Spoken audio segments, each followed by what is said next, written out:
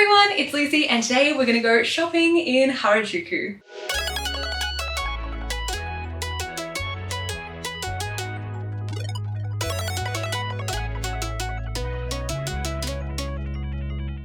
So today we're gonna go and check out one of my favorite areas, which is Harajuku. The first time I came to Japan, I was in middle school and I was really into J fashion subcultures. And walking around Harajuku was just the most amazing experience, especially, you know, going down Takeshita-dori for the first time. But there is so much more worth checking out in Harajuku. You can go to Cat Street. We're gonna go have a look around Omotesando. There are so many cool places to explore, from more independent boutiques to secondhand shopping. So we're gonna go and check it out today. I haven't been in years and I'm really excited, so let's go together. But before we jump into shopping in Japan, I want to share with you how you can shop from Japan with this video's sponsor, Buyee. If you've been on this channel before, then you have probably heard me talk about Buyee before. I was actually a customer before we started working together, and I love talking about them because I genuinely think it's such a good service, especially if you're like me and there are just some particular things that you crave that you can only get in Japan. Buyee is a proxy shopping service which helps you buy pretty much anything you want from Japan. You can use Buyee to shop online, and through Buyee service they will buy the products for you and then keep them in their warehouse in Japan. And then from there you can consolidate all of your purchases and they can be internationally shipped to you. And you can use this to shop from Japanese websites like Mercari, Rakuten, Amazon Japan, my personal favorite Yahoo Japan auctions, and a bunch of other Japanese websites as well. And make sure you check out the current campaign they're running because they always have deals and steals and discounts on offer. So keep your eyes peeled. And I feel like you've probably already heard how good Japan is for secondhand, vintage, and even like consignment luxury shopping. But a bunch of secondhand consignment stores do actually list their things on Yahoo Auctions Japan. Honestly, if you have something specific in mind, you're gonna have way more luck because you can literally search for what you're looking for. There's so much stuff on there and I will just save searches and check in on them every now and again to see if anything in particular that I am particularly after has particularly come up. And I can't necessarily do that with the stores that I'm about to show you in this video because I don't live there and I can't fly there every week to check. So if you want to have a little taste of the Japanese shopping experience from the comfort of your own home, then I super duper highly recommend Buyee, and I do have a link which I'll put down in the description box below. And if you sign up for Buyee using that link, you can save 10% on your order up to 5,000 yen. So thank you Buyee for supporting the channel and sponsoring this video. And let's go shopping in Tokyo. So we are starting off the morning in Aoyama. It's a really nice area to walk around. It's very close to Harajuku. So I would maybe recommend getting off at the Aoyama station and then you can kind of have a walk around and then make your way up to Harajuku later. Guess who is an idiot sandwich and did not check the opening time of the first store I wanted to go to? A friendly reminder, most things open around 11 to 12, so don't worry about getting an early start because a lot of stuff just won't be open.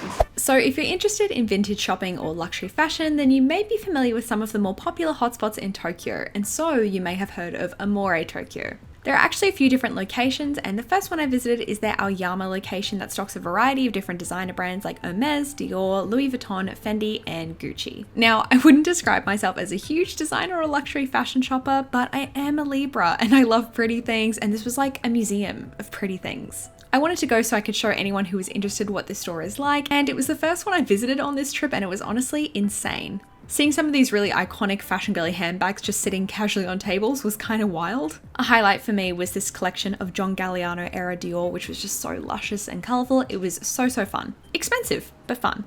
They primarily had bags, but they also had some accessories and a few ready-to-wear pieces. Okay, so that was the Amore in Aoyama that has like the mix of different brands, not just Chanel. That store was wild. So much stuff. There were a lot of like limited edition kind of vintage stuff and it all seemed to be in really beautiful condition, so I thought that was really cool. Although some of the stuff that I was like familiar with, because like I'm not a big Louis Vuitton girl, but like the Prada, they had some of the Prada nylons and I thought that the price point was kind of high. I've seen them go for less. So yeah, but like cool to look at, very pretty, a lot of eye candy. Now we're gonna head to the other location. I definitely won't be buying anything, but it will be cute. Next up, we're visiting the most iconic Amore Tokyo location, which is their Omotesando location, which retails exclusively secondhand and vintage Chanel. This was kind of like seeing the wardrobe in Clueless or something. Like it was some Willy Wonka level fashion yumminess. Just the abundance of pretty things again was just such a treat. It just felt like you were in a fashion museum, but you could also touch and look at everything. This boutique is already quite popular and well known and kind of like internet famous, and I would say it's for a reason. It's bonkers. The upstairs is all your bags and accessories, but downstairs was the clothes. And hot tip, this section is a little bit less busy, but definitely worth visiting. And like Chanel is just very interesting from like a fashion history kind of perspective.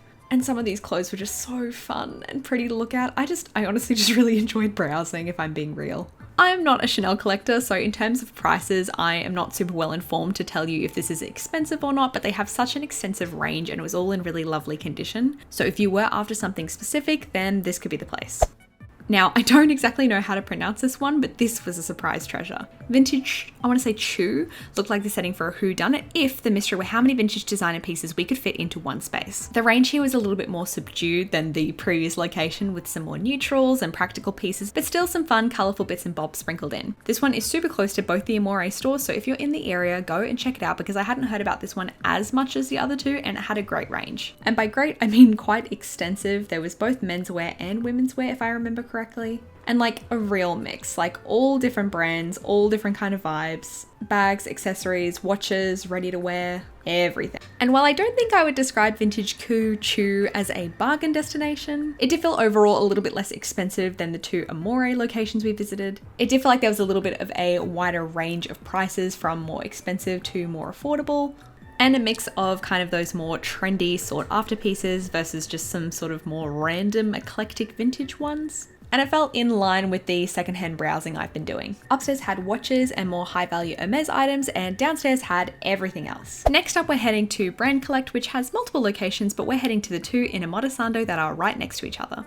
Now, compared to the famous big boys that we just visited, these are a little bit smaller and as a result have less items and less range. I went to both and it was a real mix. I would recommend bookmarking the different locations on your map and popping into them if you're around because you never know, but I wouldn't say they're like destination locations, to me anyway. Alrighty, that pretty much wraps up all of our Omotesando shenanigans for today. I didn't really show you many of them, but there are also a lot of really great luxury boutiques. So if you're into kind of designer brands and stuff like that, that's all in Omotesando as well. They have Diesel, Vivienne Westwood, Alexander McQueen. So if that's your jam, then they have that all around Omotesando. But I just didn't show you because it's not really like super duper my thing, but they are there if you're interested. And now let's head to Harajuku. So now we've moved more into the less busy part of Harajuku, and I actually popped into Nerdy, which is actually a Korean street fashion brand. I only know about them because I did a collaboration with Taeyeon, but they have lots of pastel colors and it's kind of like a relaxed sporty casual style. Then I came across another Brand Collect. This was one of their Harajuku locations, and this one was a little bit more menswear focused and kind of like hypebeast vibes, so cool, but not personally for me. Now this is a pretty iconic J fashion brand, at least in my opinion, called Candy Stripper. They had so many cool and just fun designs here with a real range from super girly to more casual and laid back pieces, and it was just so nice to be able to see and feel them in person. Now, to be honest, buying smaller J fashion brands new in stores isn't necessarily cheap, and while the designs can be super exciting, sometimes the quality and like level of materials can sort of vary. So it is nice to see it in person. And the reason I say this is because I popped into Nadia, which used to be, I feel like, a pretty famous J fashion store, and I was really disappointed with the overpriced low quality pieces. It literally looked like you could just buy them wholesale online anywhere. So just keep that in mind. And speaking of which, let's head down to Takeshita Street, which is a super popular tourist destination in Tokyo. If you've been before, you'll know what I mean. If you haven't visited, I think it's still worth going to, but I would say try and go on a weekday. One of the big stores you can see on Takeshita Street is WeGo. You will see this around Japan. It is kind of similar to like Forever 21 and H&M. They have a variety of different fashion staples for very affordable prices. And they also have the very loud music to match. I was a little bit more into this when I was a little bit younger. Now it's not as much my speed, but I still do think it is a great stop for accessories and socks, or just generally if you're on a budget. Then we have WC, and I'm not 100% sure, but I do think WC is owned by WeGo. They sell very similar items to WeGo, but WC is just a little bit more feminine and girly, and in this store on the first floor, it is decked out with super cute pastel decor. And on the ground floor, they have Punyas, which is a super well-known J fashion brand that has extended sizing, which especially on Takeshita Street and in Japan more generally, where most pieces come as one size, it's really nice to see. Again, Takeshita Street is kind of touristy. It's nice to grab one of those delicious Japanese street crepes and have a little walk around, but in terms of shopping, I feel like there are some other streets that have more to offer. Okie dokie, we did not get to everything yesterday, so today we are back in Aoyama and Harajuku, and we're going to visit some more cool places. Now we're visiting Casanova Vintage, which is just off Cat Street, which I highly recommend you have a little wander around. And this location has a tatami mat floor, which is really cool, and stocks a lot of what I would describe as hypebeast pieces. There's a lot of color and logomania, definitely some flashier options here. And I mean, this place was stacked with highly sought after designer pieces, including those Louis Vuitton bags that Paris Hilton and Kim Kardashian had that matched. And then close by was their other location, and I think this may have been my favorite secondhand designer consignment place that I visited. And maybe it was just on the day that I visited it, it just happened to have a lot of pieces that I was kind of interested in. And depending on when you visit and where you go, that can kind of really happen at any of these stores, just depending on what curation they have. I didn't have a specific wish list, but they did have this little white Prada bag, and I'm kind of a sucker for Prada, especially their lighter colors and pastel options. So I wanted to try it on to see if it fulfilled the fantasy, and it was very cute, but not an immediate love. My wallet was safe. So just a heads up regarding that last store, because I did not know this. I was chatting with, I think like the owner or a staff member who was super friendly. I do want to say the prices there were really good, and so far I feel like it was the most fun kind of range that I've seen, and everything that I saw, like stuff that I recognized, I thought the prices were pretty reasonable, and again, lots of like cool limited edition fun pieces. But I was chatting with the owner and we were just like talking back and forth, and he asked me if I knew G-Dragon, which I was like, yeah, like Big Bang and stuff. And G-Dragon was there like 2 days ago, and also like the girls from Blackpink have like autographs on the wall, so yeah, pretty cool. Anyway, there are two locations of Casanova Vintage. They are sort of a few steps apart from each other, but I would definitely recommend checking them out because they are very cool. And so far, it is the first place where I've seen stuff that I'm like, so far I haven't really seen anything else that's really like struck my fancy, but that place I was like, oh, tempting. Back to J Fashion brands, Little Lily is one for the girly girls. They had the cutest stuff, as you can see here, and the shop girl was super duper friendly. It was actually kind of quiet when I went, so we had a really good chat. But I would say this is one of the J Fashion brands that I keep my eye on because their pieces are super feminine and cute while still being like wearable for day to day. This is Ragtag. It is a huge secondhand store. They have a few locations around, but this one was really large and had quite a lot of range. And the way this one was laid out was kind of like visiting an Anthropologie or an And Other Stories store, or like a fancy Urban Outfitters. Just the way they had everything organized and displayed was a really pleasant retail experience. Compared to a thrift store, which is a bit more like a jumbled treasure hunt, this was way more organized into racks of like similar brands, including a full rack of Comme des Garçons, which looked like it should be behind the scenes at a fashion museum exhibition. I didn't do a huge amount of purchasing because I was kind of focused on filming, but I got an enormous amount of eye candy. And now we're on to our last stop of the day, which is LaForet. I'm pretty sure you can't film in there, so I probably won't be able to get any clips, but I will include some of my favorite stores and recommendations because I think LaForet is a must-do if you're into J Fashion. Yes, like I said, LaForet has a no cameras policy. All the other places I visited, they gave me the A-OK to use my camera and film when I asked them. But in saying that, I do recommend checking out LaForet. It has changed quite a lot since my last visit, which was pre-Panini. The ground floor had like a markety type vibe with a few different boutiques that sell a range of independent and niche designers. And as you go up the levels, they have individual boutiques for a bunch of J Fashion brands, with notable inclusions such as Vivienne Westwood, Mary Jenny, Uncle Rouge, Liz Lisa, and for any of my Lolita fashion fans, they have a whole range of beautiful brands in the basement level. Well, thank you for coming along and shopping with me in Tokyo. I've linked a little map in the description box below, including a couple of places to get some treats and bites to eat, but I would also encourage you just to mark any spots of interest and set aside some time to wander around and enjoy exploring the streets, because there is so much more to look at, I couldn't even cover it.